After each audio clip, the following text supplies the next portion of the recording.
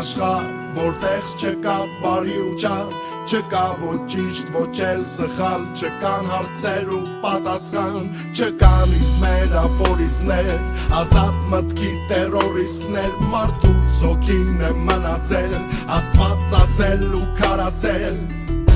շատ լավ է ամեն ինչ մի